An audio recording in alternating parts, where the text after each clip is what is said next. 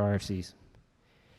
Also, another good way to get your head wrapped around it is to just start opening up pull requests. And they've labeled a lot of issues that someone wants to learn it is good first issue. And something to consider whenever you're working on your component libraries is look heavily at prior art.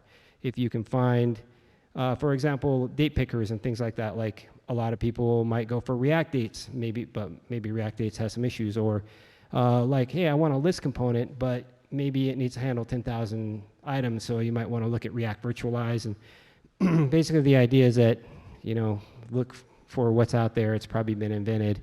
Compare a couple libraries, and also, even if it's something simple like, hey, how do I deprecate something or whatever, chances are that problem's been solved. So that's something I learned the hard way.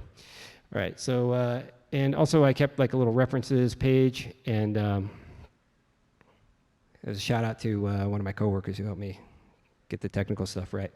So we'll go back to the demo real quick. Oh man, whoops, crap, sorry.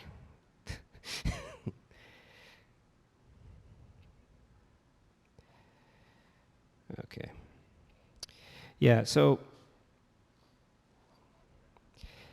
let's start here. This is the application, and if you wanted to be in the business of, let's say this is my custom component, right? And we kind of talked a little bit about how to style your component. Well, it's really nothing more than just exposing a React component. But what you can also do is that this approach of styling components with this with styles is that you can override any key for any other component that uses the JSS API. It gets a little bit tricky whenever you're using something that a CSS and JS library that somebody else is using. Like, for example, if you want to use React dates, you won't necessarily be able to override their styles, even though they're using something very similar to JSS. It's a different library, but you can still create rules that are very specific and that would maybe override the component that you're trying to style. So that's kind of the name of the game with CSS is specificity, but at least if you have a top-level class before the other classes, then you're on your way. So here is this is kind of a big example taken directly from the MUI library, but you can see they just got a lot of rules. They got the search component, they got search icon, and then if you get deeper into the component, you'll see that, and look for class names, you'll see that they're just going to be plucking it directly off this classes object, menu button, title, etc. And so basically what we're composing here is two components. We're composing an app bar and just an image grid list. So let's see if we can. And I mean, it's really like, it makes things very quick and very simple, and you can,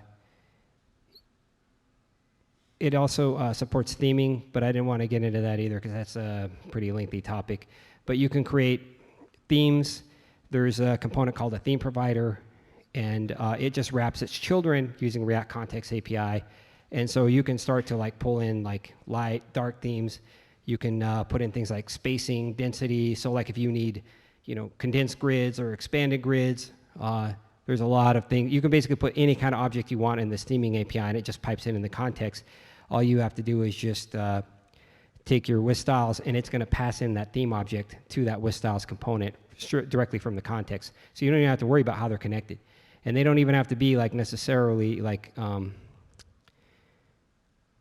in the same DOM hierarchy.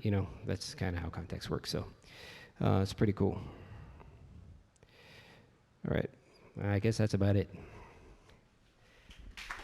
Thanks.